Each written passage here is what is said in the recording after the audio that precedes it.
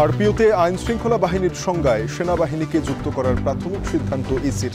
৮০,০০০ সেনা সদস্য কাজ করবেন নির্বাচনে। প্রায় ১.৫ দশক পর নওগাঁ বিএনপির দ্বিবার্ষিক কাউন্সিল। নেতাকর্মীদের চাওয়া যোগ্য নেতৃত্ব। ভার্চুয়ালি বক্তব্য রাখবেন তারেক রহমান। মৌচাকে বেসরকারি হাসপাতালের পার্কিংয়ে প্রাইভেট কার থেকে ২ যুবকের রক্তাক্ত মরদেহ উদ্ধার। পরিচয় মিলেছে একজনের, তদন্তে ফরেনসিক টিম। শেখ হাসিনা জয় পুতুলের প্লট জালিয়াতির ৩ মামলায় প্রথম সাক্ষ্য গ্রহণ। জুলাই গণহত্যায় জড়িতদের ছাড় না দেওয়ার হুঁশিয়ারি।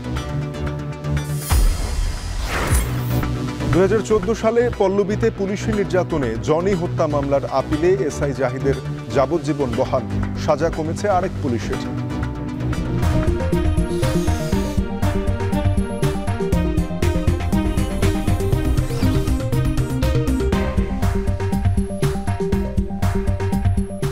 শিরোনাম শুনছিলেন, স্বাগত। এখন বিকেলে আপনাদের সাথে আছে তানজিম শাফিন। গণপ্রতিনিধিত্ব অধ্যাদেশে আইন শৃঙ্খলা বাহিনীর সংজ্ঞায় সেনাবাহিনীকে যুক্ত করার প্রাথমিক সিদ্ধান্ত নিয়েছে নির্বাচন কমিশন। এছাড়াও আরপিও সংশোধনে একগুচ্ছ সুপারিশ চূড়ান্ত করতে কমিশনের সভা চলছে আগারগাঁওয়ের নির্বাচন ভবনে। সিসির নেতৃত্বে বৈঠকে যোগ দিয়েছেন নির্বাচন কমিশনের ঊর্ধ্বতন কর্মকর্তারা। সেখানে আছেন সহকর্মী মিয়া আমিরুল। সরাসরি যাব তার কাছে। আমিরুল, সেনাবাহিনীকে আইন শৃঙ্খলা বাহিনীর সংজ্ঞায় যুক্ত করার সিদ্ধান্তের ব্যাপারে বিস্তারিত জানাবেন, আর কোন কোন ইস্যুতে সিদ্ধান্ত চূড়ান্ত হতে চলেছে আজকের এই বৈঠকের মধ্য দিয়ে?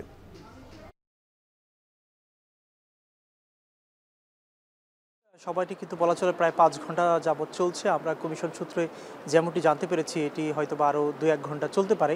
এবং আপনি যেটি বলছিলেন যে আইন শৃঙ্খলা রক্ষাকারী বাহিনীর সংখ্যায় যে সশস্ত্র বাহিনীকে যুক্ত করার যে একটি বিষয়, সেটি কিন্তু কমিশনের পক্ষ থেকে উঠে এসেছে। তবে এখন পর্যন্ত সেটি চূড়ান্ত হয়নি, কেননা প্রাথমিকভাবে আলাপ আলোচনা চলছে। যেহেতু আরপিওর বিভিন্ন ধারা রয়েছে, এটি একটা আইনি কাঠামো, সেই ক্ষেত্রে কিন্তু সবগুলো বিচার বিশ্লেষণ চলছে এখন পর্যন্ত বলা চলে। তবে প্রাথমিক পর্যায়ে চূড়ান্ত বলে আমরা কিন্তু জানতে পেরেছি কমিশনের বিভিন্ন সূত্রে কিংবা বৈঠক সূত্র থেকে। এবং এর পাশাপাশি আপনি জেনে থাকবেন যে একজন প্রার্থীকে, বিশেষ করে যে আগেরকার যে নিয়মটি ছিল যে একজন প্রার্থী তারা ৩টি আসনে তারা নির্বাচন করতে পারবে, এবং এর পরবর্তীতে আমরা দেখেছিলাম যে কিন্তু নির্বাচন ব্যবস্থা সংস্কার কমিশনের পক্ষ থেকে কিন্তু একটি প্রস্তাবনা ছিল যে এটিকে 2টি আসনে করার জন্য। সেই বিষয়টি নিয়ে কিন্তু আলাপ আলোচনা চলছে। এবং এর পাশাপাশি যেটি আলাপ আলোচনা চলছে যে বিশেষ করে যে আন্তর্জাতিক অপরাধ ট্রাইব্যুনাল কিংবা অন্য কোনো যারা মামলার সাথে জড়িত কিংবা তাদের কোনো ধরনের তাদের যদি বাধ্যবাধকতা থাকে এই ধরনের বিষয়, সেক্ষেত্রে কিন্তু প্রার্থীদের বিরুদ্ধে কিংবা প্রার্থীতা বাতিলের যে একটি বিষয়, সেটি কিন্তু এখান থেকে আসতে পারে। কিন্তু মূলত যে বিষয়টি হয়েছে যে বর্তমান কমিশনার যেহেতু নবম সবার এই বিষয়গুলো ছিল গত বৃহস্পতিবার, সেখানটা আমরা দেখেছিলাম 2টি বিষয় ছিল। একটি হচ্ছে যে নির্বাচনে রাজনৈতিক দল প্রার্থীর আচরণ বিধিমালা, সেই সাথে আরপিওর যে শর্তগুলো রয়েছে বলা চলে আমরা দেখেছিলাম ওই দিনে কিন্তু কমিশনের পক্ষ থেকে ব্রিফিংয়ে জানানো হয়েছিল যে তারা কিন্তু তাদের যে আচরণ বিধিমালা সেটি কিন্তু বলা চলে মোটামুটি চূড়ান্ত করেছে। তবে আরপিওর যে বিভিন্ন ধারাগুলো রয়েছে কিংবা সেখানটায় যে আইনি বিষয়গুলো রয়েছে তারা কিন্তু সেগুলো যাচাই বাছাই করছে। এবং এর পাশাপাশি যদি আপনাকে একটি বিষয় বলতে চাই, যেহেতু এখন পর্যন্ত কমিশন তফসিল ঘোষণা করেনি কিংবা তফসিলের আরও কিছু সময় বাকি রয়েছে, আমরা দেখেছিলাম যে নির্বাচন ঘিরে কিন্তু সরকারের পক্ষ থেকে বেশ কিছু নির্দেশনার কথা জানানো হচ্ছে। সকালে আপনি হয়তো যেমনটি দেখেছেন যে স্বরাষ্ট্র উপদেষ্টার পক্ষ থেকে কিন্তু বলা হচ্ছে যে আইন শৃঙ্খলা রক্ষাকারী বাহিনীর যে একটি বিষয়, তো বলা চলে এখানে যেহেতু কমিশনের পক্ষ থেকে এই প্রস্তাবনাটা উঠেছে কিংবা কমিশন এটি চাচ্ছে, এবং সেই সাথে সরকারের পক্ষ থেকেও কিন্তু ওই ধরনের আইন শৃঙ্খলা রক্ষাকারী বাহিনী নিয়ে একটি মতামত চলছে। তো এই বিষয়গুলো নিয়ে বেশ ভালোভাবে আলাপ আলোচনা চলছে। হয়তো আজকে ব্রিফিংয়ের মধ্য দিয়ে আমরা সবশেষ আপনাকে জানাতে পারবো। শাপিন, এই ছিল আমার কাছে। নির্বাচন কমিশন ভবনে নির্বাচন কমিশনের সভা চলছে, সেখান থেকে সবশেষ জানাচ্ছিলেন সহকর্মী মিয়া আমিরুল। আগামী নির্বাচনে পুলিশের পাশাপাশি মাঠে থাকবে ৮০,০০০ সেনাবাহিনীর সদস্য। এছাড়াও বিজিবি, নৌবাহিনী সহ মোতায়েন থাকবে অন্যান্য সংস্থাও। ঢাকা 3 আসনের 3 নম্বর ভোটকেন্দ্র তেঘরিয়া উচ্চ বিদ্যালয় পরিদর্শন শেষে সাংবাদিকদের স্বরাষ্ট্র উপদেষ্টা আরও বলেন, আইন শৃঙ্খলা বাহিনী নির্বাচনের সব ধরনের প্রস্তুতি নিয়েছে। প্রার্থীরা চাইলে সুষ্ঠু নির্বাচন করা সম্ভব। এছাড়া বিগত সময়ে তরুণরা যারা ভোট দিতে পারেনি তারা যেন এবার সুষ্ঠুভাবে ভোট দিতে পারে সে ব্যাপারে সচেষ্ট থাকবে প্রশাসন। আরও জানাচ্ছেন মাহফুজা বৃষ্টি। বিগত 3টি জাতীয় সংসদ নির্বাচনে ভোট জালিয়াতি সহ নানা অভিযোগে ভোট দিতে পারেননি বেশিরভাগ ভোটার, ফলে প্রশ্নবিদ্ধ হয় নির্বাচন। আগামী সংসদ নির্বাচন সামনে রেখে কাজ শুরু করেছে স্বরাষ্ট্র মন্ত্রণালয় সহ বিভিন্ন সংস্থা। সোমবার কেরানীগঞ্জে তেঘরিয়া উচ্চ বিদ্যালয় ভোটকেন্দ্র পরিদর্শন করেন স্বরাষ্ট্র উপদেষ্টা। এবার নির্বাচনে বিপুল পরিমাণ তরুণ ভোটার থাকবে জানিয়ে উপদেষ্টা বলেন, তাদের জন্য থাকছে আলাদা বুথ। এছাড়াও ভোটকেন্দ্রে বাড়তি পুলিশ সদস্যের পাশাপাশি মাঠে থাকবে ৮০,০০০ সেনাবাহিনী সদস্য। এছাড়াও বিজিবি, নৌবাহিনী সহ মোতায়েন থাকবে অন্যান্য সংস্থা। আমরা প্রতি কেন্দ্রে 2 জন থেকে 3 জন তো পুলিশ দিবই। তারপরে আমাদের মোবাইল হিসেবে এবার জানেন অন্য সময় আমরা আর্মি 30,000, এবার আমরা প্রায় 80,000-এর উপরে সেনাবাহিনী নিয়োগ করব, নৌবাহিনী নিয়োগ করব, সেনাবাহিনী নিয়োগ করব, বিজিবি নিয়োগ করবে এবং র্যাব এবং অন্যান্য বাহিনী তো থাকবে। আইন শৃঙ্খলা বাহিনী পর্যাপ্ত পরিমাণ থাকবে।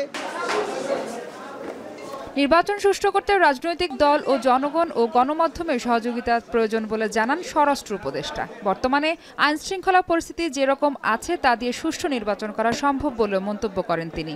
সবাই নির্বাচনের জন্য উৎসব মুখর করছে, এটা আমরা না, জনগণ সবাই আমরা ইলেকশনটা চাচ্ছি এবং একটা শান্তিপূর্ণভাবে ইলেকশন হোক এটা চাচ্ছি।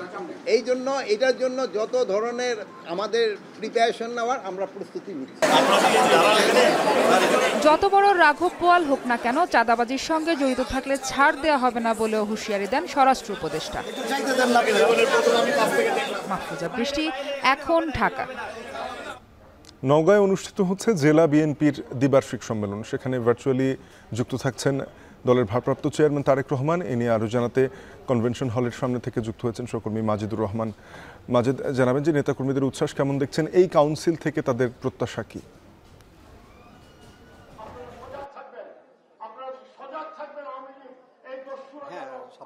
যেটি হলো যে প্রায় 15 বছর পরে কিন্তু নওগাঁ জেলা বিএনপি কাউন্সিল আজকে হচ্ছে এবং সকাল থেকে কিন্তু দূর দূরান্ত থেকে এখানে 11টি উপজেলা, 3টি পৌরসভা, বিভিন্ন স্থান থেকে যে ডেলিগেট এবং যারা কাউন্সিলর তারা কিন্তু আসতে শুরু করেছেন। তাছাড়া যারা বিএনপির নেতাকর্মী তারাও কিন্তু এখানে আসছেন এবং তারা সকাল থেকেই কিন্তু তারা আসতে শুরু করেছেন এবং সোয়া একটা থেকে কিন্তু এই অধিবেশন শুরু হয়েছে জাতীয় পতাকা, দলীয় পতাকা উত্তোলনের মাধ্যমে দিয়ে।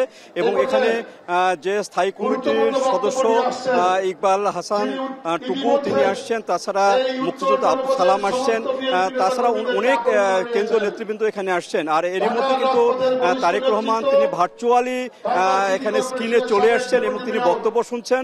আর এখানকার নেতাকর্মীরা যেটি বলছেন যে এই যে নেতৃত্ব, সামনের দিনে যে নেতৃত্ব, সেই নেতৃত্ব ভোটের মাধ্যমে, যদিও তাদের বিএনপি পরিবার, সেই বিএনপি পরিবারের মধ্যেও গণতন্ত্র চর্চার মাধ্যমে তারা সভাপতি, সাধারণ সম্পাদক এবং সাংগঠনিক সম্পাদক নির্বাচিত করবেন এবং তারাই কিন্তু ভবিষ্যৎ বিএনপির এখানে নেতৃত্ব দিবেন 2 বছরের জন্য। তারপরেও কিন্তু সামনে যে নির্বাচন, সেই নির্বাচনের যে দিক নির্দেশনা আসবে তারেক রহমান যে দেশনেতার মাধ্যমে, সেই নির্দেশনাগুলো তারা মেনে চলবেন এবং তারা যে নেতাকর্মীরা তারা এখানকার আজকের যে অনুষ্ঠান, সেই অনুষ্ঠানে কিন্তু বেশ উজ্জীবিত। তারা এখানে বলছেন যে ধানের শীষে, এই এলাকা ধানের শীষের যে জোয়ার, সেই জোয়ারটা তারা অব্যাহত রাখতে চান এবং সামনে এর প্রতিফলন নির্বাচনের মাধ্যমে তারা দিতে চান, সংসদ নির্বাচনের মাধ্যমে দিতে চান। এবং তারা এখানে যে যতগুলো আসন রয়েছে সবগুলো আসনে বিএনপি যেন জয়লাভ করে সেই অঙ্গীকার নিয়েই কিন্তু তারা যাচ্ছেন। এবং তারা বলছেন যে এই যে কাউন্সিল, সেই কাউন্সিলই কিন্তু এখানকার যে হাজার হাজার নেতৃবৃন্দ এখানে আসছেন, তারা যেটি বলছেন যে দীর্ঘদিন পরে যে বিএনপির এই কাউন্সিল, এমন একটা গণতান্ত্রিক কাউন্সিল, সেই কাউন্সিলটা কিন্তু এর আগে তারা কখনো দেখেননি। এত বড় কাউন্সিল এবং এত সুশৃঙ্খল কাউন্সিল, সেই কাউন্সিলের মাধ্যমেই কিন্তু নেতা নির্বাচিত করা হবে এবং সামনের দিনে তারা কিন্তু এই নির্বাচিত নেতার মাধ্যমেই দিক নির্দেশনা পাবেন এবং জেলার যে দলীয় কর্মকাণ্ড তারা এগিয়ে নিয়ে যাবেন এবং বিএনপির যে হাত তার শক্তিশালী করবেন। তো এইভাবে এই উদ্দেশ্যে কিন্তু এখানকার যে আজকে কাউন্সিল, সেটা কিন্তু কাউন্সিল এখানে হচ্ছে এবং কিছুক্ষণ পরেই কিন্তু বিএনপির ভারপ্রাপ্ত চেয়ারম্যান তারেক রহমান কিন্তু বক্তব্য দিবেন এখানকার নেতাকর্মীর উদ্দেশ্যে এবং এরপরে কিন্তু নির্বাচন অনুষ্ঠিত হবে। এখানকার নেতার নির্বাচন করার যে নির্বাচন, সেটা কিন্তু অনুষ্ঠিত হবে। তো এই ছিল শাফিন আমার কাছে বগুড়া নওগাঁর যে কাউন্সিল, সেখান থেকে সর্বশেষ। নওগাঁয় বিএনপির দ্বিবার্ষিক কাউন্সিল নিয়ে জানাচ্ছিলেন সহকর্মী মাজিদুর রহমান।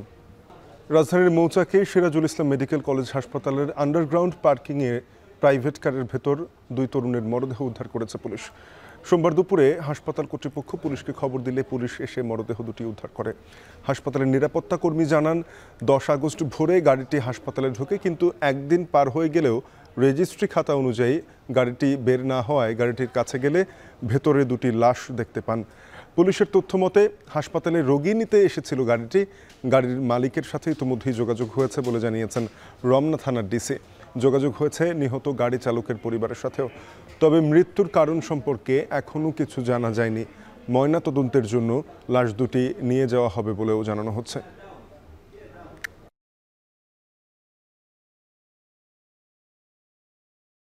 প্রাইভেট কারটা পাইছি, প্রাইভেট কারটা আমরা প্রাইভেট কারের একটু চেক আপ করে চেক দিয়েছি যে এটার মালিককে। তো মালিকের নাম ঠিকানা বের করার পরে তার সাথে আমরা যোগাযোগও করেছি, সে আসতেছে। আর যে দুইজন আছে, দুইজনে এখনও ওইভাবে পূর্ণাঙ্গরূপে শনাক্ত করতে পারি নাই। তবে ড্রাইভারের সাথে কথা বলে, মালিকের সাথে কথা বলে যেটা বোঝা যাচ্ছে, দুইজনের নাম আমরা আপাতত পাইছি, এটা ভেরিফাই করতে হবে। আমি ডাকাডাকি করার পর যখন হয় না, আমি তৎক্ষণাৎভাবে আমার নিচে নেটওয়ার্ক থাকে না, আমি উপরে উঠে আনুমানিক 12টা 2 বা 3 মিনিটে আমি আমার অথরিটিকে বিষয়টা জানাই। এরপরে ওনারা পুলিশ নিয়ে ঘটনাস্থল পরিদর্শন করে। এই বিষয়ে আরও জানবো। মৌচাকের ঘটনাস্থলে রয়েছেন সহকর্মী তৌহিদুল তারেক, তার সঙ্গে যুক্ত হচ্ছে সরাসরি। তারেক, আইন শৃঙ্খলা বাহিনী এখনো পর্যন্ত কি জানাচ্ছে? মরদেহগুলো ময়নাতদন্তের জন্য নিয়ে যাওয়া হয়েছে কিনা? সবশেষ কি পরিস্থিতি জানাবেন? শাফিন, আপনার শেষ প্রশ্নটি দিয়ে শুরু করতে চাই। ময়নাতদন্তের জন্য তাদের লাশটি নিয়ে যাওয়ার কথা রয়েছে, কিন্তু এখনও লাশটি এখানে রয়ে গেছে। কারণ হচ্ছে আমরা জানতে পেরেছি যে এখানে সিআইডি, পুলিশ, র্যাবের যে সমন্বিত যে তদন্ত প্রাথমিক যে ক্রাইম সিনে রয়েছে, সেই তদন্তটি এখনও চলমান রয়েছে। এই তদন্তের পর আমরা জানতে পেরেছি যে এই লাশের একটি মরদেহের যে স্বজন রয়েছে, সেই স্বজনরা এখানে আসার কথা রয়েছে, তারা এসে লাশ শনাক্ত করবেন। এরপর জানতে পেরেছি যে লাশ দুটি হয়তো নিয়ে যাওয়া হতে পারে। এবং যে বিষয়টি আমি একটু উল্লেখ করতে চাই, সবশেষ আমরা রমনা থানার ডিসি মাসুদ আলম আমাদেরকে যে বিষয়টি উল্লেখ করেছেন, তিনি বলেছেন যে মৃত্যুর যে প্রাথমিক কারণ সেই সম্পর্কে কিন্তু এখনও কিছু ধারণা করা যাচ্ছে না। তবে উনি বলেছেন যে এই হাসপাতালের যে আন্ডারগ্রাউন্ড রয়েছে, এর দ্বিতীয় তলায় কিন্তু গাড়িটি ছিল এবং ওই গাড়িতে তখন এসি চালু ছিল না এবং গাড়িটি পুরোপুরিভাবে আবদ্ধ থাকায় গরমের কারণে লাশ দুটি গেল 30 ঘন্টার মধ্যে আসলে বেশ গলে গেছে, যেটা স্বাভাবিকের তুলনায় একটু বেশি। এবং একই সাথে যে বিষয়টি আমরা জানতে পেরেছি, এখানের যে সিকিউরিটি ইনচার্জ রয়েছে তিনি আমাদেরকে জানিয়েছেন যে এই গাড়িটি মূলত 10 তারিখ ভোরে 5:45 নাগাদ এই হাসপাতালে প্রবেশ করে। এরপরেই 30 ঘন্টা পার হয়ে গেলেও গাড়িটি যখন বের হচ্ছে না দীর্ঘ সময় পরও, তারা তাদের যে নিবন্ধন বা রেজিস্ট্রি খাতা রয়েছে, সেই রেজিস্ট্রি খাতায় তারা চেক করে দেখে যে গাড়িটি এখনও অবস্থান করছে। এরপরে কিন্তু সে গিয়ে সেখানে গাড়িটি চেক করে এবং ভেতরে যে মানুষ ছিলেন তাদের সাথে কথা বলার চেষ্টা করেন, কিন্তু কোনো ধরনের প্রতিউত্তর না পাওয়ার পর তিনি লক্ষ্য করেন যে মানুষ দুটি ভিতরে ছিল তারা কিছুটা অস্বাভাবিক অবস্থা এবং তিনি ধারণা করেন যে তারা মারা গেছে। পরপরই হাসপাতালকে জানালে হাসপাতাল কিন্তু পুলিশকে জানায়। এরপরে পুলিশ এসে লাশ দুটি উদ্ধার করে নিয়ে যায়। এই ছিল আমার কাছে সর্বশেষ। রাজধানীর মৌচাকের সিরাজুল ইসলাম মেডিকেল কলেজ হাসপাতালের আন্ডারগ্রাউন্ড থেকে দুজনের মরদেহ উদ্ধার করা হয়েছে। এই বিষয়ে সবশেষ অবস্থা জানাচ্ছিলেন সহকর্মী তৌহিদুল তারেক। রাজুকের বরাদ্দকৃত বাড়ি থাকা সত্ত্বেও হলফনামায় তা গোপন করে ক্ষমতার অপব্যবহার করে 30 কাঠা প্লট বরাদ্দ নেয় শেখ হাসিনা ও তার পরিবার। এমনকি প্লট পেতে করা হয়নি কোনো আবেদনও। দুদকের আলাদা 3 মামলায় সাক্ষ্য গ্রহণের প্রথম দিনে এসব জানান দুদক কর্মকর্তারা। রাব্বি হোসেনের প্রতিবেদনে থাকছে বিস্তারিত। সম্পদ, বাড়ি গাড়ি, এর প্রতি আমার কোনো লোভ নেই। আমি এসেছি বাংলাদেশের মানুষের ভাগ্য করতে। অথচ দুর্নীতি দমন কমিশন বলছে প্রধানমন্ত্রীর ক্ষমতার অপব্যবহার করে আইন বহির্ভূতভাবে রাজুকের একাধিক প্লট বাগিয়ে নেয় শেখ হাসিনা ও তার পরিবার, যেখানে প্রত্যক্ষ সহযোগিতা করে তৎকালীন রাজুক ও গণপূর্ত অধিদপ্তরের কর্মকর্তারা। সোমবার পূবাচল নতুন শহর প্লট দুর্নীতির পৃথক 3 মামলায় শেখ হাসিনা, পুত্র সজীব ওয়াজেদ জয়, কন্যা সাইমা ওয়াজেদ পুতুল সহ 47 জন আসামির বিরুদ্ধে সাক্ষ্য দিতে আদালতে আসেন মামলার বাদী দুদকের 3 কর্মকর্তা সালাহউদ্দিন, আফনান জান্নাত কেয়া ও SM রাশেদুল হাসান। কয়েক ঘণ্টাব্যাপী সাক্ষ্য গ্রহণে উঠে আসে শেখ পরিবারের নানা দুর্নীতির তথ্য। বলা হয় রাজুকের প্লট পেতে কোনো আবেদনই করেনি শেখ হাসিনার পরিবার। ধানমন্ডিতে রাজুকের বরাদ্দকৃত বাড়ি থাকা সত্ত্বেও হলফনামায় তা গোপন রেখে প্লট নেয় তারা। সেই রেজিস্টারও শেখ হাসিনার পরিবার বা শেখ হাসিনার কোনো নাম উল্লেখ নাই তারা যেন আবেদন করছে, অর্থাৎ এখানে বিধি 6ও তারা লঙ্ঘন করছে। ঢাকা নারায়ণগঞ্জে যে কোনো জায়গায় যদি বাড়ি থাকে বা প্লট থাকে তাহলে সেক্ষেত্রে সে কোনো রাজুকের প্লট পাওয়ার হকদার না এবং তারা পাবে না, আবেদন করলেও সেটা বাতিলযোগ্য।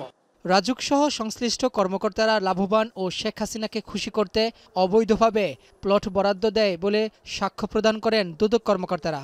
নিজে এবং তার পুত্র কন্যাকে তিনি প্লট হস্তান্তরের ব্যবস্থা করে দিয়েছেন। এখানে অন্যায়ভাবে লাভবান হওয়ার জন্যই তারা এই প্লটগুলো বরাদ্দ করেছে। পরিবারসহ শেখ হাসিনা ও অন্য আসামিরা পলাতক থাকায় এ মামলায় সাক্ষীদের জেরা করার কোনো সুযোগ নেই। এ মামলার পরবর্তী সাক্ষ্য গ্রহণ 26শে আগস্ট আর বাকি 3 মামলার সাক্ষ্য নেওয়া হবে 13 আগস্ট, যেখানে আসামি শেখ রেহানা ও তার পরিবার। রাব্বি হোসেন, এখন, ঢাকা। জুলাই গণঅভ্যুত্থানে রাজধানীর চানখাঁরপুলে আনাস সহ 6 জন হত্যা মামলায় বিচার শুরু হয়েছে। চিফ প্রসিকিউটরের সূচনা বক্তব্যের পর প্রথম দিন সাক্ষ্য দেন শহীদ আনাসের বাবা শাহরিয়ার খানের। সময় 5 আগস্ট আনাসের হত্যার চিত্র আদালতে তুলে ধরেন তারা, দাবি জানান ন্যায় বিচার পাওয়ার। এদিকে আনাস হত্যায় সাক্ষীদের সাক্ষ্যের পাশাপাশি বিভিন্ন ভিডিও ফুটেজের মতো দালিলিক প্রমাণ আদালতের কাছে দেওয়া হয়েছে বলে জানান চিফ প্রসিকিউটর। বিস্তারিত দেখুন প্রতিবেদনে। মা যে অন্যের জন্য নিজের জীবনকে বিলিয়ে দেয় সেই তো প্রকৃত মানুষ। আমি যদি বেঁচে না ফিরি তবে কষ্ট না পেয়ে গর্বিত হয়েও। মাকে এমন হৃদয় বিদারক চিঠি লিখে ঘর ছাড়ে 10ম শ্রেণীর ছাত্র শাহরিয়ার খান আনাস।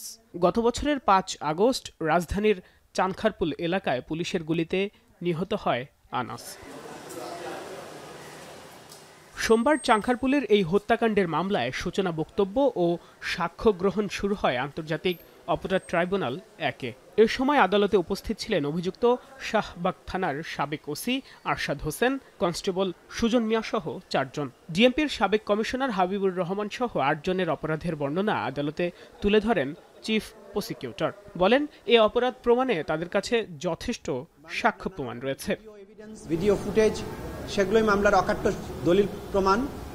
এর বাইরে ডিএমপির কমিশনার ওয়্যারলেসের মাধ্যমে অধস্তন অফিসারদেরকে কিভাবে চাইনিজ রাইফেল ব্যবহার করে বিক্ষোভকারীদের গুলি করে হত্যা করার নির্দেশ দিয়েছিলেন সেগুলো আমরা জব্দ করে আদালতে উপস্থাপন করেছি। বিভিন্ন ডকুমেন্টের মাধ্যমে, পুলিশের ইন্টারনাল কমিউনিকেশনের মাধ্যমে এই ছাত্র জনতাকে হত্যা করার যে নির্দেশনা সেগুলো আমরা দাখিল করেছি। এই সব কিছুর মাধ্যমে আসামিদের বিরুদ্ধে অকাট্যভাবে প্রমাণ করার মতো সাফিসিয়েন্ট ম্যাটেরিয়াল প্রসিকিউশনের হাতে আছে, যেগুলোর মাধ্যমে আসামিদের অপরাধ প্রমাণিত হবে। এ সময় চিফ প্রসিকিউটর আরও বলেন, জুলাই আগস্ট হত্যাকাণ্ডে জড়িতরা কোনোভাবেই বিচার প্রক্রিয়া থেকে রেহাই পাবে না। যারা অপরাধ করেছেন তারা কেউ ছাড় পাবেন না। বিচারের প্রক্রিয়া কোনো অবস্থাতেই বন্ধ হবে না। যেসব তরুণেরা রক্ত দিয়ে বাংলাদেশকে দ্বিতীয়বার মুক্ত করেছেন, তাদের পরিবার, তাদের স্বজন, তাদের সহকর্মীরা বেঁচে আছেন, তাদের সাক্ষ্যের মাধ্যমে এই যে ১৫০০-এরও বেশি মানুষের জীবন যাওয়া, তাদের পরিবারের প্রতি জাস্টিস করার যে চেষ্টা, সেটা রাষ্ট্রের পক্ষ থেকে নিশ্চিত করা হবে। প্রথম দিন সাক্ষ্য দিয়েছেন শহীদ আনাসের বাবা শাহরিয়ার খান পলাশ। বাইজিদ সাদ, এখন, ঢাকা।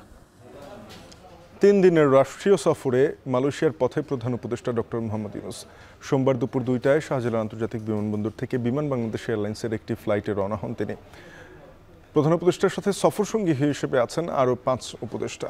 আগামী 12 আগস্ট একটি বিজনেস ফোরামে অংশ নেওয়ার পর 13 আগস্ট মালয়েশিয়ার ইউনিভার্সিটি কেবাংসান থেকে সম্মানসূচক ডিগ্রি গ্রহণ করার কথা রয়েছে প্রধান উপদেষ্টা ডক্টর মোহাম্মদ ইউনূসের। এরপর 13 আগস্ট মালয়েশিয়া থেকে ঢাকার উদ্দেশ্যে রওনা হওয়ার কথা রয়েছে তার। জানা যায় 2 দেশের মধ্যকার অভিবাসন ও বিনিয়োগ এ সফরে গুরুত্ব পাবে।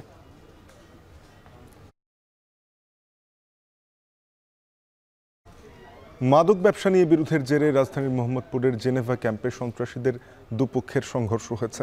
এই ঘটনায় অভিযান চালাচ্ছে আইনশৃঙ্খলা বাহিনী। সেখানে আছেন শম্পা বিশ্বাস, যাব তার কাছে। শম্পা, অভিযানে কি এখনো কাউকে আটক করা হয়েছে কিনা, আইনশৃঙ্খলা বাহিনী কি বলছে এবং এর আগে কি ঘটনা ঘটেছিল সংঘর্ষের ব্যাপারে আমাদেরকে বিস্তারিত জানাবেন।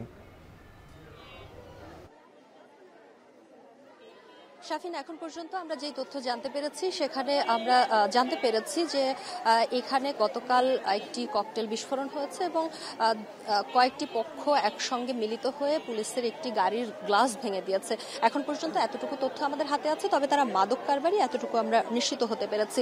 এর প্রেক্ষিতে এখন এই জেনেভা ক্যাম্পের মধ্যে পুলিশের একটি দল প্রবেশ করেছে এবং তারা অভিযান পরিচালনা করবে। তবে আমরা মাত্রই একটি তথ্য হাতে পেয়েছি, সেটি হচ্ছে যে একজন যুবককে তাদের এই যে গ্রুপ ভিত্তিক যে সংগঠনগুলো আছে তার একটি গ্রুপের একটি ছেলে অন্য গ্রুপের আরেকটি ছেলেকে কুপিয়েছিল, সে মারা গেছে। এই মাত্র ভর্তি ছিল সোহরাওয়ার্দী হাসপাতালে এবং সেখান থেকে তার মৃত্যুর খবর যখন স্বজনরা পেয়েছে তখন তারা আসলে ক্ষোভে ফেটে পড়েছে এবং অনেকেই বিক্ষুব্ধ হয়ে ছুটে এসেছে পুলিশের যখন বাহিনীটি এখানে ঢুকেছে বা অভিযানের দলটি যখন এই জেনেভা ক্যাম্পে প্রবেশ করেছে এবং তারা ক্ষুব্ধ হয়ে তাদের প্রতিক্রিয়া পুলিশকে জানাচ্ছেন, সেই সঙ্গে তারা বিচারের দাবি করছে। আমরা দেখতে পাচ্ছি যে এই মুহূর্তে সেই যে ব্যক্তি নিহত হয়েছেন তার পরিবারের স্বজনেরা পুলিশের সঙ্গে সঙ্গে যাচ্ছেন এবং সেই সঙ্গে তারা দাবি করছেন যে অন্য একটি গ্রুপ যেটিকে তারা অবহিত করছেন 4 নম্বর গ্রুপ বলে, সেই 4 নম্বর গ্রুপের একজন এই যে ব্যক্তি এখন পর্যন্ত আমরা নিহত হয়েছে বলে খবর পেয়েছি তিনি 7 নম্বর গ্রুপের বলে তারা আমাদেরকে জানিয়েছে এবং এই 4 নম্বর গ্রুপের ব্যক্তি 7 নম্বর গ্রুপের ব্যক্তিকে কুপিয়েছে, যার প্রেক্ষিতে তার মৃত্যু হয়েছে। এই তথ্য আমরা এখন এই ঘটনাস্থল থেকে পেয়েছি। এর প্রেক্ষিতে পুলিশ এই মুহূর্তে যেখানে ঘটনাটি ঘটেছে সেই দিকে অগ্রসর হচ্ছে এবং আমরা আইনশৃঙ্খলা বাহিনীকে অনুসরণ করে সেই দিকেই আগানোর চেষ্টা করছি। আমরা স্থানীয়দের সঙ্গে কথা বলার চেষ্টা করেছি, তাদের অনেকেই বলেছে যে তারা এখানে অস্থায়ী দোকানদার, ফলে তারা গতকালকের ঘটনা সম্পর্কে কিছুই আমাদেরকে জানাতে পারেনি। যদিও যে পরিবারটি তাদের স্বজন হারিয়েছে তারা আমাদেরকে জানিয়েছে যে যেই ছেলেটি মারা গিয়েছে তার বয়স খুব হলে 12 থেকে 14 বছর। কি কারণে তাকে হত্যা করা হয়েছে সেই তথ্য পরিবার আমাদেরকে দিতে পারেনি এবং সেই সঙ্গে এখন পর্যন্ত আইন শৃঙ্খলা রক্ষাকারী বাহিনীও সে বিষয়ে এখন পর্যন্ত কোনো তথ্য পায়নি। তবে তারা অভিযানে বের হয়েছে এবং তারা আইন শৃঙ্খলা বাহিনী যখন অভিযান পরিচালনা করবে বলে ঠিক করেছে তখন আমাদেরকে যতটুকু তথ্য দিয়েছে তারা শুধু আমাদেরকে জানিয়েছে যে এখানে মাদক নিয়েই বেশ কয়েকটি গ্রুপ তৈরি হয়েছে এবং সেই গ্রুপগুলোই এক একটি গ্রুপ এক এক সময় এখানে নাশকতার চেষ্টা করে এবং সবশেষ তারা যে তথ্যটি আমাদেরকে জানিয়েছে যে এই গ্রুপগুলো এখন সবাই একত্রিত হয়ে তারা পুলিশের উপরে চড়াও হয়েছে এবং তারা হচ্ছে সেই ঘটনার আসলে অনেকটা শোধ নেওয়ার জন্য পুলিশের গাড়িতে তারা হামলা চালিয়েছে, যার ফলে পুলিশের গাড়ির একটি গ্লাস ভেঙে গিয়েছে। এই ছিল আমার কাছে রাজধানীর মোহাম্মদপুর এলাকার জেনেভা ক্যাম্পে যে গতকাল ককটেল বিস্ফোরণ এবং আজকে পুলিশের অভিযান চলছে তার সবশেষ খবর। 2014 সালে পল্লবীতে পুলিশি হেফাজতে জনি হত্যা মামলায় আপিলের রায়ে এসআই জাহিদের যাবজ্জীবন সাজা বহাল রেখেছেন আদালত। আরেক পুলিশ সদস্য রাশেদুল হাসানের যাবজ্জীবন থেকে সাজা কমিয়ে 10 বছর করা হয়েছে। এছাড়া পুলিশের এক সোর্সকে খালাস দিয়েছেন হাইকোর্ট। পলাতক দুজন আপিল না করতে পারায় তাদের সাজা নিয়ম অনুযায়ী বহাল আছে। আদালতের রায়ে অসন্তোষ প্রকাশ করেছেন নিহতের পরিবার। বিস্তারিত দেখুন প্রতিবেদনে। 2014 সালের 8 ফেব্রুয়ারি সন্ধ্যায় পল্লবী ইরানি ক্যাম্পে বিল্লালের গায়ে হলুদের অনুষ্ঠানে পুলিশের সোর্স সুমন নারীদের সঙ্গে অশালীন আচরণ করেন। এই সময় সেখানে থাকা গাড়ি চালক জনি ও তার ভাই ইমতিয়াজ সোর্স সুমনকে চলে যেতে বলেন। এই নিয়ে সুমনের সঙ্গে দুই ভাইয়ের বাকবিতণ্ডা হয়। এক পর্যায়ে সুমনের ফোনে পুলিশ এসে দুই ভাইকে ধরে নিয়ে যায়। এক পর্যায়ে পুলিশ হেফাজতে নির্যাতনে জনের অবস্থার অবনতি হয়। অবস্থা খারাপ হলে তাকে ঢাকা মেডিকেল কলেজ হাসপাতালে নেওয়া হয়। পরে চিকিৎসক জনিকে মৃত ঘোষণা করেন। ভাই ও সন্তান হারানোর বিচারের দাবিতে প্রায় 1 যুগ আদালতে ঘুরেছে পরিবারটি। বিচারপতি এস.এম. কুদ্দুস-জামান ও বিচারপতি এ.কে.এম. রবিউল হাসানের হাইকোর্ট বেঞ্চ 2 দিন ধরে মামলার রায় পড়েন। সোমবার রায় ঘোষণায় এসআই জাহিদের যাবজ্জীবন সাজা বহাল, আরেক পুলিশ সদস্য রাশেদুলের যাবজ্জীবন থেকে সাজা কমিয়ে 10 বছর কারাদণ্ড দেয়া হয়। খালাস পেয়েছে পুলিশের সোর্স রাসেল। আজকে মহামান্য হাইকোর্ট রায় প্রদান করেছেন। উক্ত রায়ে এসআই জাহিদুর রহমানের সাজা বহাল রেখেছেন। এসআই রাশিদুল হাসানের সাজা কমিয়ে 10 বছর করেছেন। সেটা হলো নির্যাতনের হেফাজতে মৃত্যু নিবারণ আইনের 15(1) ধারায়। এবং পুলিশের সোর্স রাশেদকে যে সাজা দেওয়া হয়েছিল সেই সাজা থেকে তাকে বেকসুর খালাস প্রদান করা হয়েছে। তবে মামলার রায়ে শতভাগ সন্তুষ্ট নন নিহত জনির পরিবার। আমার ছেলে তো গেছে, আমি ছেলেকে তো পাবো না, আর আমাদের জীবনটা শেষ, আমাদের জীবন অর্ধেক হয়ে গেছে। আমরা পরিপূর্ণ রায় পাইনি। আমাদেরকে 6 থেকে 7 জন পুলিশ সদস্যরা মেরেছিল। সেখান থেকে পুলিশ সদস্যর নাম কার কিভাবে বলতে হবে আমি কোনো কিছু জানতাম না। আমি পরে তদন্তের মধ্যে ছবি দেখে যাদেরকে চিনেছিলাম সেভাবে আমি বলেছি। একজন পাবলিক মারলে তাকে চেনা যায়, পুলিশ সদস্যদের নাম না জানার কারণে এখান থেকে 8-10 জন পুলিশ সদস্য বেঁচে গিয়েছে। দণ্ডিতদের মধ্যে তৎকালীন এএসআই কামরুজ্জামান শুরু থেকেই পলাতক। অন্য আসামি সুমন সাজা শেষ করে কারাগার থেকে মুক্তি পেয়েছেন। মশিউর আনিক, এখন, ঢাকা। গাজীপুরে 11 বছরের স্কুল শিক্ষার্থীকে ধর্ষণের অভিযোগ উঠেছে 4 জনের বিরুদ্ধে। মোবাইলে ঘটনার ভিডিও ধারণ করে ছড়িয়ে দেওয়ার হুমকি দিয়ে বেশ কয়েকদিন ধরেই ওই কিশোরীকে ধর্ষণ করে আসছিল অভিযুক্তরা। বিষয়টি জানাজানি হলে ভুক্তভোগীর বাবা বাদী হয়ে শ্রীপুর থানায় মামলা দায়ের করেন। আসামিদের ধরতে অভিযানে নেমেছে পুলিশ। ইফতেখার রায়হানের প্রতিবেদন। আদরের সন্তানের নির্মম পরিণতিতে দিশেহারা পুরো পরিবার। দফায় দফায় ধর্ষণের শিকার হয়েও কাউকে কিছুই বলতে পারেনি 11 বছরের কিশোরী। ভুক্তভোগীর পরিবার জানায়, গেল 23 জুলাই স্কুল থেকে ফেরার পথে হঠাৎ বৃষ্টি থেকে বাঁচতে একটি দোকানে আশ্রয় নেয় ওই কিশোরী। সেখানে কয়েকজন কোল্ড ড্রিঙ্কসের সাথে চেতনানাশক ওষুধ খাওয়ায়। এক পর্যায়ে অচেতন অবস্থায় পাশের জঙ্গলে নিয়ে পালাক্রমে ধর্ষণ করে। এ সময় অভিযুক্তরা ধর্ষণের ভিডিও ধারণ করে এবং পরবর্তীতে সামাজিক যোগাযোগ মাধ্যমে ছড়িয়ে দেওয়ার হুমকি দিয়ে কয়েক দফা যৌন নির্যাতন করেন। সবশেষ গত বৃহস্পতিবার ধর্ষণের সময় অচেতন হয়ে পড়লে ওই কিশোরীকে জঙ্গলের পাশে ফেলে পালিয়ে যায় অভিযুক্তরা। খবর পেয়ে পরিবারের সদস্যরা কিশোরীকে উদ্ধার করে হাসপাতালে নিলে বিষয়টি জানাজানি হয়। ছোট একটা বাচ্চার সাথে যে এরকম একটা আচরণ করলো, এই আচরণের সুস্থ আমরা একটা বিচার চাই। কারণ আমাদেরও ছেলে মেয়ে আছে, ওরা বড় হইতেছে, ওদের সাথে যে এরকম ঘটনা ঘটবে না তার কোনো নিশ্চয়তা আমাদের নাই। তারা 4 জন এই নাবালক মেয়েটারে একের পর এক ধর্ষণ করে গেছে এবং তার বাবা এই ব্যাপারে থানার আশ্রয় নিছে। তারা শিশুকে ইউটিলাইজ করে ব্ল্যাকমেইল করে ধর্ষণ করেছে। সকালে বিচার কামনা করি। এ ঘটনায় ভুক্তভোগীর বাবা শ্রীপুর থানায় অভিযুক্ত 4 আসামির নাম উল্লেখ করে মামলা করেছেন। অভিযুক্তরা হলেন কাউরাইদ মরলপাড়া গ্রামের শফিকুল ইসলাম হায়দার, জসিমউদ্দিন, বাবুল মিয়া ও সাব্বির আহমেদ। আসামিদের ধরতে অভিযানে নেমেছে পুলিশ। কাউরাইদ একটি ধর্ষণের ঘটনা ঘটেছে। এর পরিপ্রেক্ষিতে মোস্তফা একটি অভিযোগ দায়ের করে অভিযোগের প্রেক্ষিতে থানায় নিয়মিত মামলা রুজু করা হয়েছে। আসামিদেরকে গ্রেপ্তারের জন্য বিভিন্ন স্থানে অভিযান পরিচালনা করা হয়েছে। মামলার পর আত্মগোপনে থাকা অবস্থায় আসামিরা ধর্ষণের ভিডিও ছড়িয়ে দিয়েছে সামাজিক যোগাযোগ মাধ্যমে। আসামিদের দ্রুত গ্রেফতার করে দৃষ্টান্তমূলক শাস্তির দাবি এলাকাবাসীর।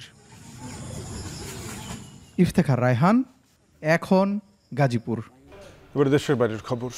ভারতের স্বচ্ছ ভোটার তালিকা চেয়ে নির্বাচন কমিশন অভিমুখে মার্চ করার সময় দিল্লি পুলিশের হাতে আটক হয়েছেন বিরোধী দলীয় নেতা রাহুল গান্ধী ও প্রিয়াঙ্কা গান্ধী সহ আরও অনেকে। সোমবার সকালে রাহুল গান্ধীর নেতৃত্বে ভারতের পার্লামেন্ট থেকে ইসি বরাবর মার্চ করেন তারা। এ সময় ইসির বিরুদ্ধে 2024 সালের বিহারের লোকসভা নির্বাচনে ভোটার তালিকা জালিয়াতির অভিযোগ তোলেন তারা। র্যালি নিয়ে ইসির সামনে এলে পুলিশি বাধার মুখে পড়েন বিক্ষোভকারীরা। এক পর্যায়ে রাস্তায় বসে পড়েন কংগ্রেস নেতাকর্মীরা। সে সময় অনেককে পুলিশের ব্যারিকেডের উপরে উঠে যেতে দেখা যায়। ইসরায়েলি হামলায় নিহত আল জাজিরার সাংবাদিক আনাস আল শরীফের মৃত্যুতে শোকাহত আল জাজিরা পরিবার। 28 বছর বয়সে এই তরুণ সাংবাদিকের পেশাগত দায়িত্বের প্রশংসা করেন সংবাদ মাধ্যমটি। এছাড়াও মানবাধিকার সংস্থাগুলো বলছে গাজা যুদ্ধে সামনে থেকে সাংবাদিকতা করেছেন আনাস। এ কারণেই সে ইসরায়েলিদের টার্গেটে পরিণত হয়েছিল। জাহানারা ভূঁইয়ার প্রতিবেদন। ট্রাম্প بقول بده يطلعنا من غزة انت بدك تطلع من غزة।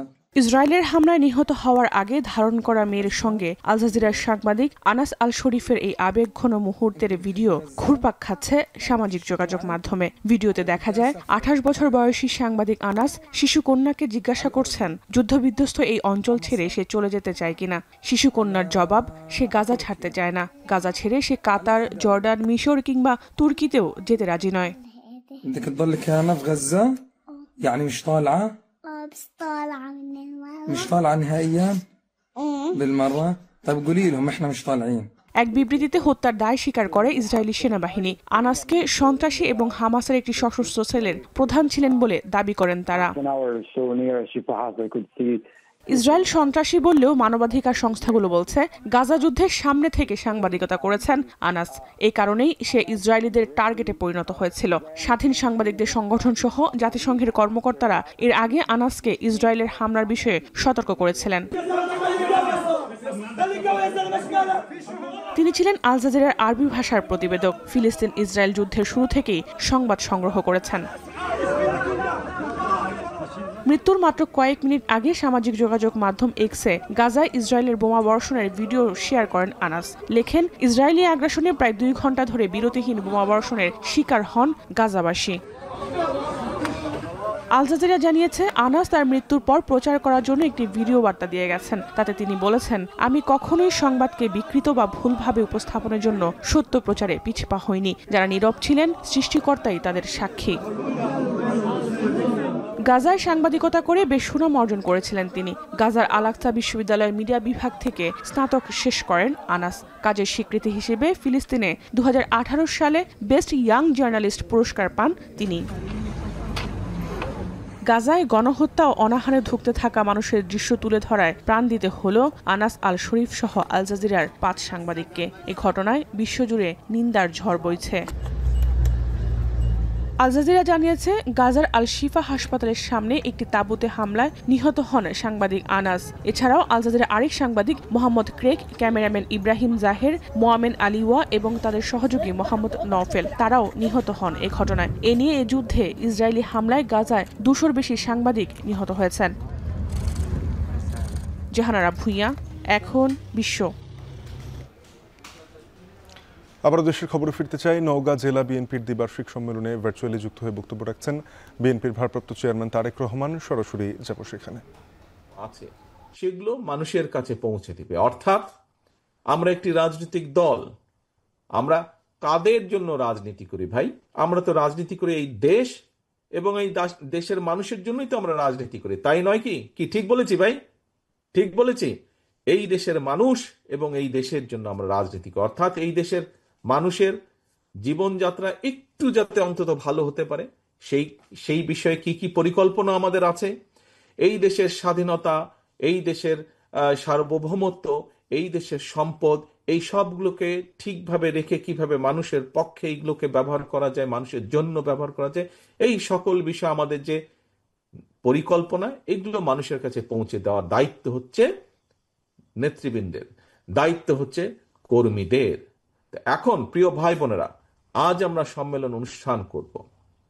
একটু পরে আমার বক্তব্য শেষ, যতটুকু আমার ধারণা আছে আমার বক্তব্যের পরে আপনাদের ভোটাভুটি বা কাউন্সিল শুরু হবে এবং তার মাধ্যমে আপনারা নির্বাচিত করবেন।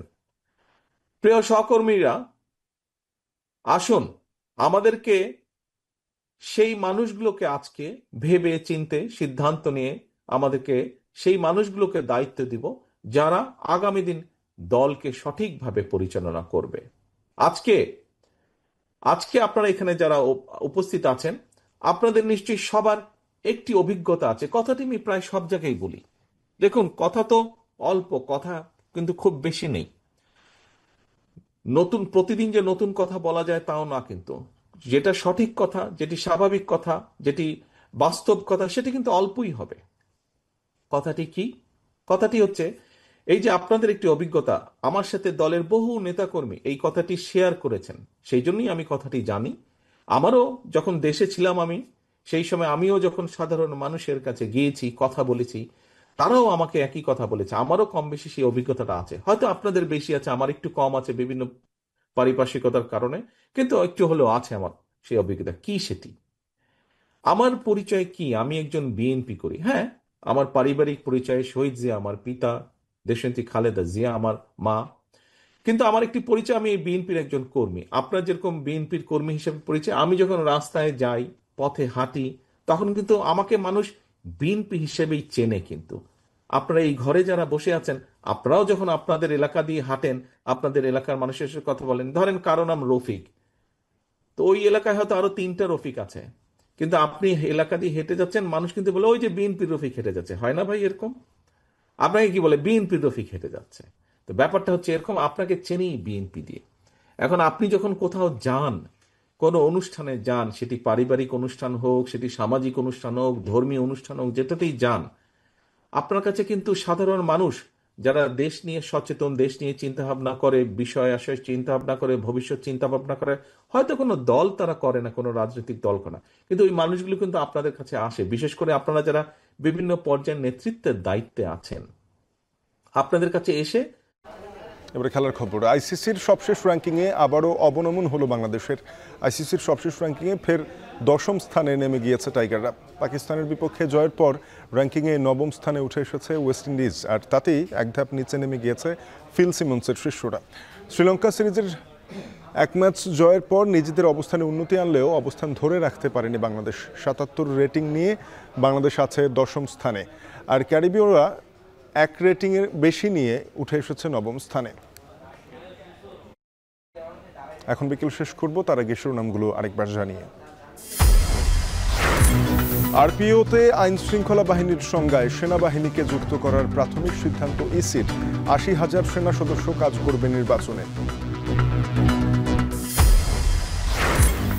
প্রায় 1.5 দশক পর নওগাঁ বিএনপির দ্বিবার্ষিক কাউন্সিল। নেতাকর্মীদের চাওয়া যোগ্য নেতৃত্ব, ভার্চুয়ালি বক্তব্য রাখলেন তারেক রহমান।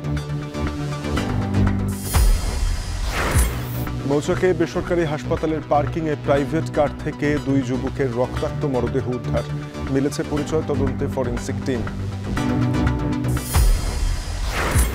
শেখ হাসিনা জয় পুতুলের প্লট জালিয়াতির 3 মামলায় প্রথম সাক্ষ্য গ্রহণ। জুলাই গণহত্যায় জড়িতদের ছাড় না দেওয়ার হুঁশিয়ারি। 2014 সালে পল্লবীতে পুলিশি নির্যাতনে জনি হত্যা মামলার আপিলে এসআই জাহিদের যাবজ্জীবন বহাল। সাজা কমেছে আরেক পুলিশের। এ ছিল এখন বিকেলের সাথে থাকার জন্য ধন্যবাদ।